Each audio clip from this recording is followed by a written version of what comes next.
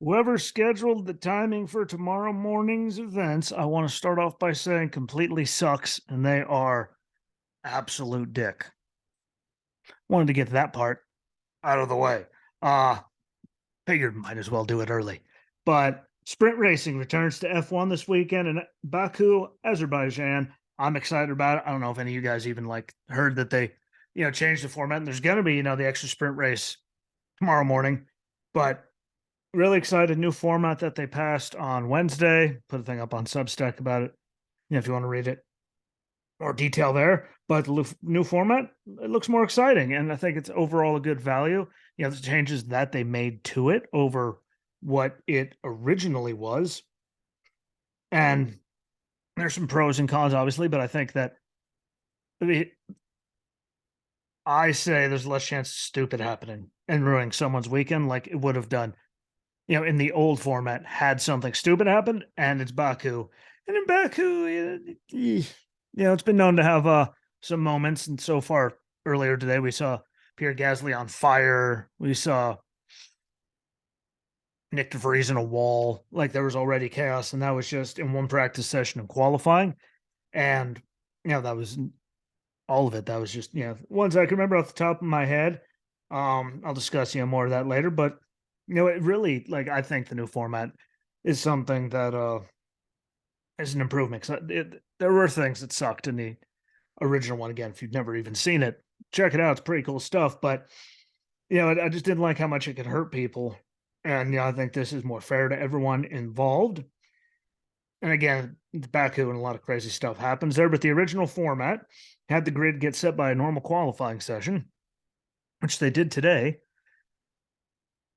And then they would use that in the sprint race. And then wherever you finish in the sprint race is where you'd start in the Grand Prix. And I didn't like that concept. I think that, it just, think if you had like a bad day, for instance, you do get caught up in someone else's stuff, you lose a car, and then you have to finish, start dead last in the race, which you can move up. And how many people, really go from the back and climb all the way up to something that matters, and it could really, affect a bigger person's day, and it could be off of someone that something that they had nothing to do with. They just happened to, get taken out by someone, and I didn't like that. I do like that they're doing 6 of them this year, though, because personally, I don't know about y'all, but I like racing, and I'm excited that we get more F1 racing.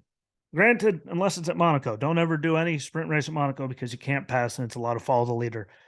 And stupid stuff like that. Again, very historical. I'm going to make a big deal about it whenever it happens. The Monaco Grand Prix, because of its historic value. But just don't do one there, because passing is just a pain and not really known for happening there. So I'm excited for it. Just didn't like that part of the concept from last year.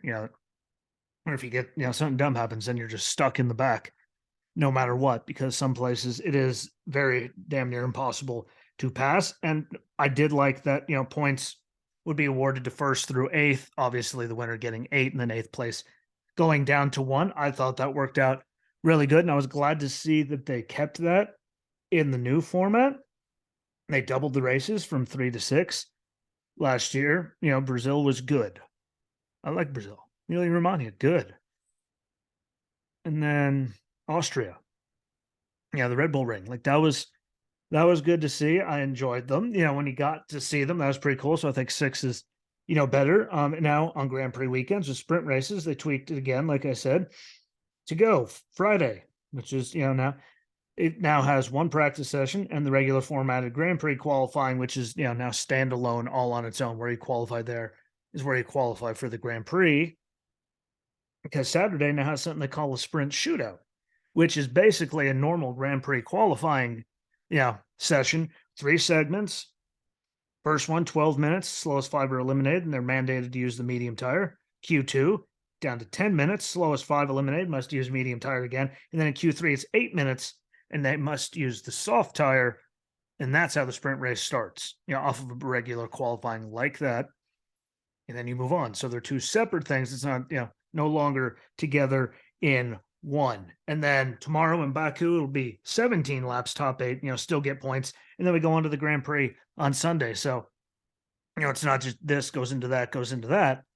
And again, I hate it just because what if you did get caught up in someone else's stupid? And that could ruin your whole entire weekend right off of that. And granted, it can still happen, anytime they're the one putting them in racing conditions when, stupid is more than likely, you're more than likely to get caught up in someone else's stupid during racing conditions than in practice because people are out there, trying to be alone most of the time to get good laps in and figure stuff out. But I'm excited about it. And I think it's a great tweak. I mean, let me know what you think in the comments somewhere, but I think that just making, and having its own qualifying, its own thing, still have points, but that's the only thing. Like that makes sense because I always thought, well, to qualify there, do there. And this is what I wanted them to do. I thought it would have been a better thing, and they did it. And again, I'd really just like it more racing, duh, but it won't affect the Grand Prix starting positions, double screw someone. Because like if you're a good team, you get taken out by someone stupid. So there goes that day and a car, and then you start in the back, and if you're at a place you can't pass, then you're double screwed, and that can make a very large difference in the outcome, of your season for that. Those a lot of points that could be lost if you're one of those teams. Granted, they're better teams, still get through, but think if it gets a person that's struggling in the mid pack of all the cars, in the field, and they get put back there. So then like I didn't like that thing, and also if you think about it, if something stupid happens mechanically or something, and they have to not finish that, at least then they can fix that problem and save the car. If it's basic, something like that, which, they say they can do that in practice. Yes, you can. But if they're going to have the sprint race, at least, that can help level it out as well. Again, just quick little things, just a thought. But my big thing to close it out, the big one, trying to keep it quick. Whoever's the dick that scheduled the sprint shootout to go from 4:30 to 5:14 a.m. on the East Coast, you're a dick. It's rude. Thanks for thinking about us over here. You miserable, miserable. I was on the West Coast. What? 1:30. I'll just stay up. Go to bed at 2. I've done that plenty of times. Having to be up at 4:30. You're a miserable bastard. Whoever you are, and then the sprint race itself goes from 9:30 to 10 a.m., which I'm completely okay with. It's just a really early start time for that, and then nothing.